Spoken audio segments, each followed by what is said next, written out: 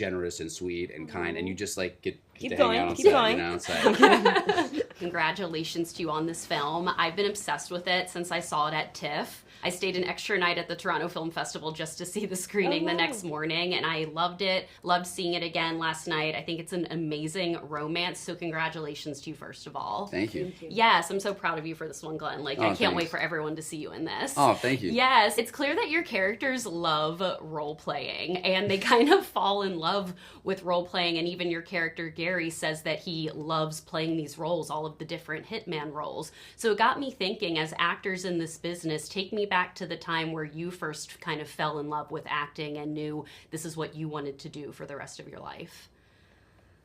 Oh, do you want me to go? Yeah, I mean, I think the best thing, or the thing I love the most about my job, is that you do get to kind of hide behind a character and show different sides of yourself, but it's always in this masked way, so you get to be a little bit more free. I tend to be on the shyer side in my personal life, so I think acting has saved me a lot. I was a little bit more of a quiet kid, so acting kind of broke me out of my shell, and I was able to be a little bit more, I don't know, or explore different sides of myself, and I thought that's, I think, the thing I love the most about my job. Yeah, I love that. Because I mean, I think we talked about this a little bit last night. I had my kindergarten teacher there last night, and I was also like really, really shy as a kid, and I feel like every time she told my parents, like, when Glenn gets on stage and like he's playing a character, like if I were on stage as myself, I'd freak out. I'd have like a panic attack. Even like my little sister, she would sell Girl Scout cookies, and if she sold a Girl Scout cookie, I would sing an Elvis song, but I was so nervous, so I'd go behind a honeysuckle bush, and like they'd get an Elvis song, but I'd be like behind a bush. And you just pop out? Yeah, no, I wouldn't even pop out. I'd just be behind there. They just hear like this weird voice behind a honeysuckle bush.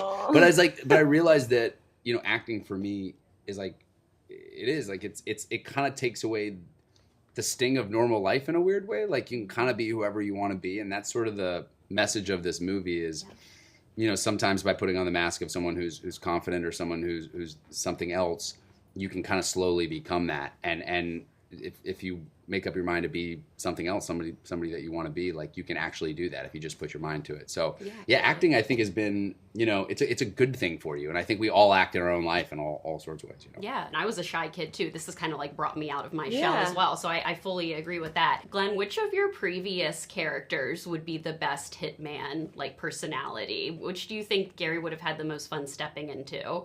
I'm gonna vote Chad Radwell of Scream Queens. Yeah.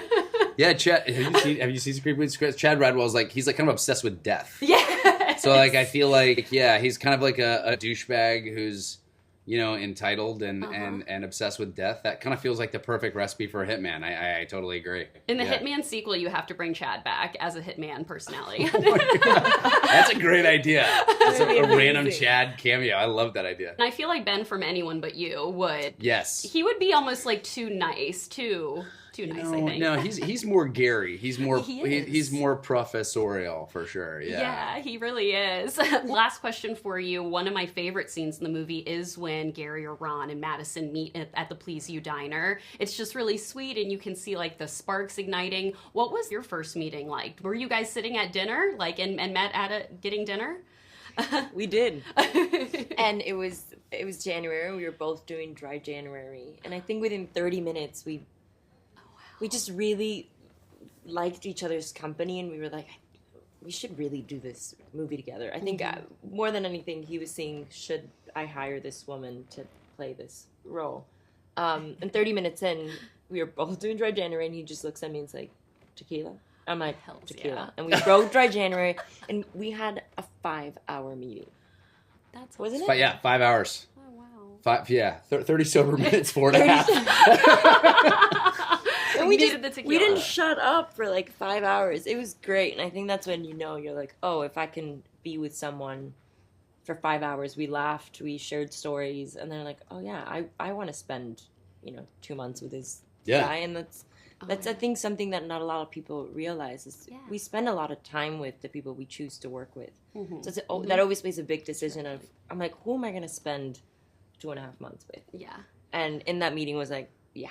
Yeah, I could do this one. Yeah. That's it. Really is true though. Like no one talks about that, but your quality of life goes up significantly when you have like a co-star who's just like not only like talented and but like incredibly like, generous and sweet and kind, and you just like get Keep to going, hang out on keep set, going. It's like, They're wrapping me, guys.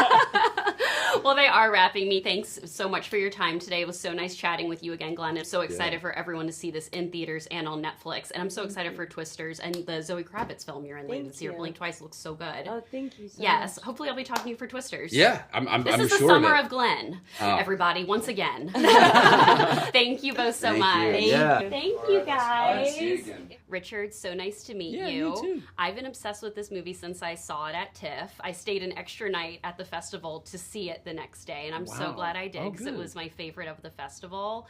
thank I you. loved your films for so long, and I'm a huge fan of Glenn, and I'm so happy to see him shine in this. How did the two of you come up with all of the different like hitman roles and characters? Yeah, well, the real Gary Johnson did kind of subtly adjust his look for the different clients, kind of being what he figured they wanted him to be. That's what an undercover hitman does. But Glenn really went off the deep end with that. He got really obsessed. And, it's a comedy, so you can't go too far in that because it's all like myth. It's not real. Yeah. So we had a lot of fun. But the real thing is Gary to Ron, the hitman he lands on when he meets Adria's character, Madison.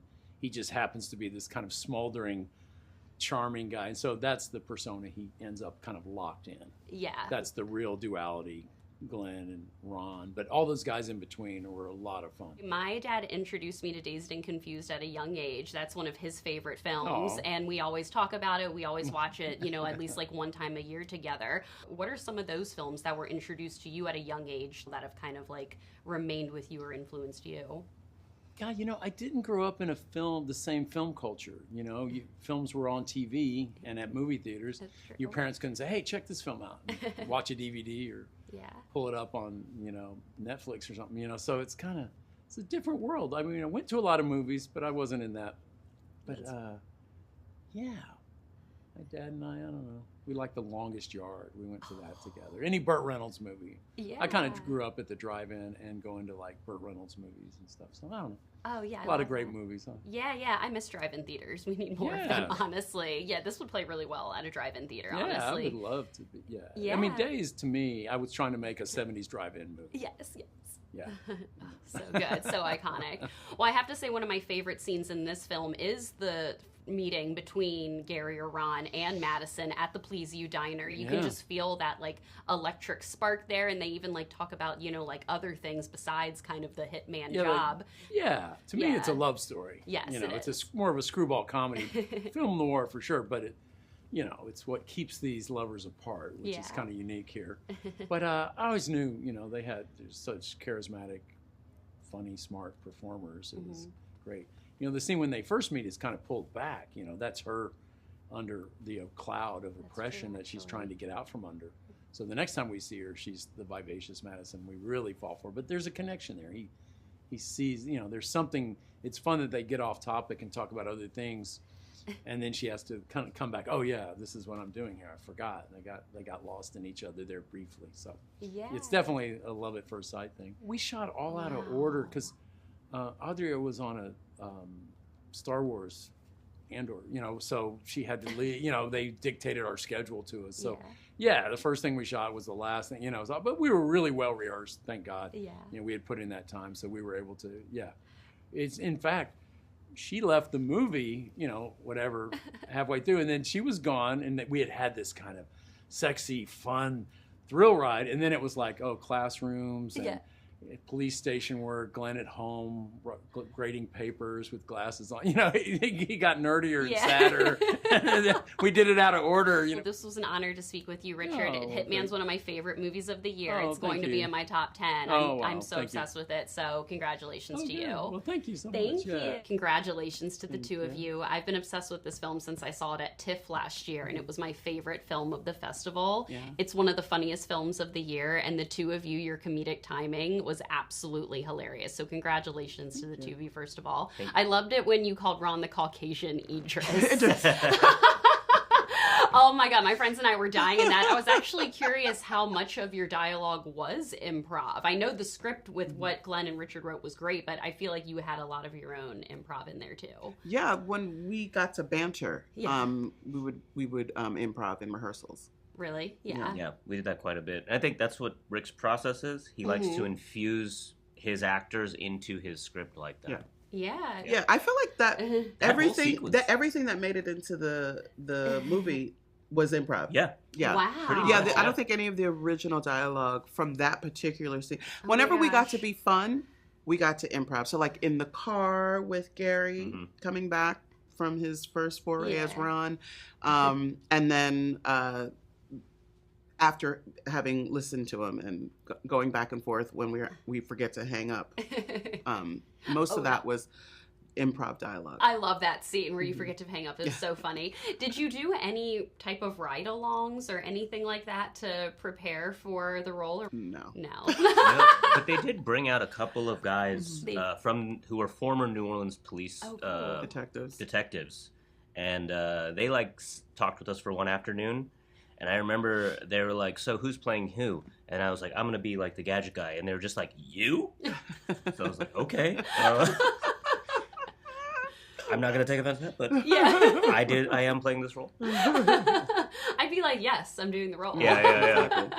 But they were really cool. Yeah, that's cool. Well, I have to say I love Good Girls. It was one of my favorite series, and I'm hoping does come back at some point. If Ruby and Claudette could sit down, would they get along? I think they would. Yeah. Yeah, I mean, just because you commit crimes doesn't mean you don't like people in law enforcement. I mean, she's married. Ruby was married to a cop. I know. That's why.